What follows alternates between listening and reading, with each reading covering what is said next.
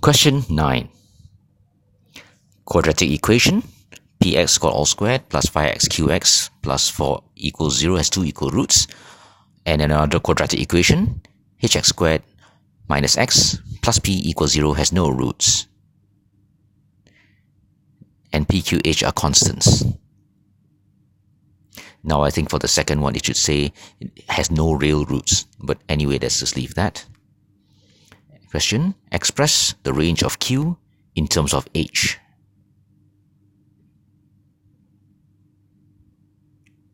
Now let's look at these two quadratic equations. The first one has constants p and q, and the second one has constants h and p. And the question wants us to express q in terms of h. So really, we would just need to express the relationship between q and p here and h and p here, and then eliminate p. So let's just write that.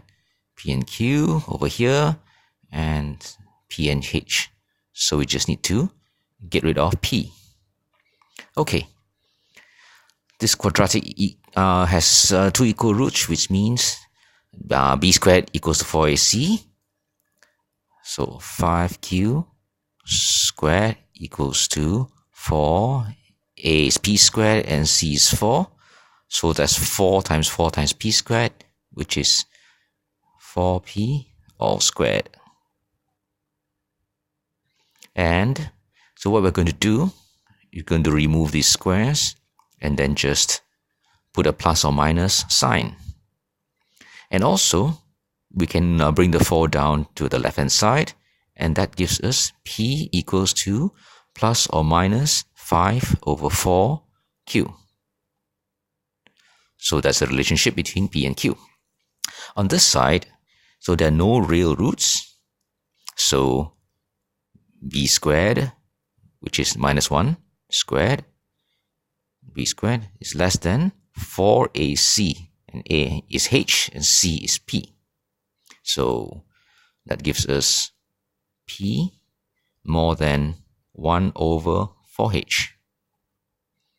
So now that we have p on both sides, we can substitute that p over there.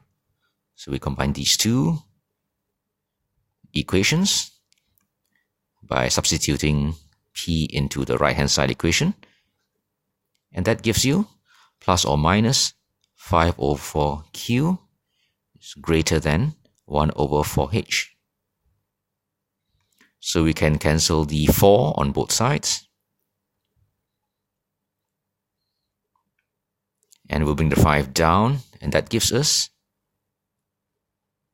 plus or minus q more than 1 over 5h. And if you recall correctly, you have to be very careful about the signs. So, but anyway, after some manipulation, you'll find that gives you q is less than negative 1 over 5h, or q is more than positive 1 over 5h. And that's the range of q. And that's assuming, of course, h is a positive integer. And that's the answer for question 9. Question 10. Given log base m of c is equal to x, express in terms of x, log base m of 1 over c, and part b, log to the root m of cm cubed. So this is fairly straightforward. Okay, log base m of 1 over c is simply log base m of c to the minus 1. And we know that you can bring down the minus 1. And log m, then that gives us negative log mc, which is simply minus x. That's the answer for part A. For part B, so log to the root m of cm cubed. Yep. So that is obviously log of cm cubed over log of root m, and all to the base of m, obviously. And so this is just log base m of c plus, so log m cubed is obviously 3 log to the base m of m over, so m to the half is simply half log m to m, and log mm is obviously 1, and log mc is x. So this is very conveniently x plus 3, okay, divided by half, and that just simply gives you 2x plus 6. Okay, so it's 2 into x plus 3, which is 2x plus 6. And that's the answer for part B.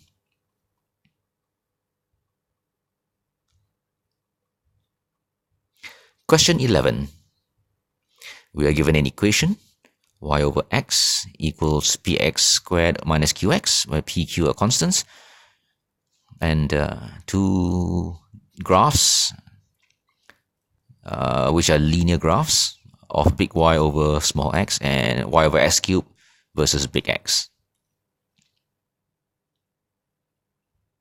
So the question requires us to express P in terms of Q. So let's take a look at the question. The equation given, indicated by a star here, is y over x equal to px squared minus qx. Now the first graph is big Y over small x. So to reduce the highest term on the right hand side to the small x, we're going to divide the start equation by x on both sides. So we say start equation divided by x gives you y over x squared equals to b x minus q. So we have x there, and so therefore y over x squared must be big Y. So we got big Y equals to px minus q, and that's simply a linear graph, and therefore the intersect of minus q must be equals to minus 6k. Right? Therefore, we can say q equals to 6k. So similarly, for this graph here, we take star and we divide by x squared, and this gives us y over x cubed on the left, and p, that's p minus q over x, and this corresponds to that, and therefore this 1 over x must be big X, and that means the intercept p corresponds to the intercept k plus 3. So p equals to k plus 3. Okay, and from here, if we combine these two, we find that q is k that equals is q over 6. Okay, and then that gives us p equals to q over 6 plus 3. And that is the answer for question 11.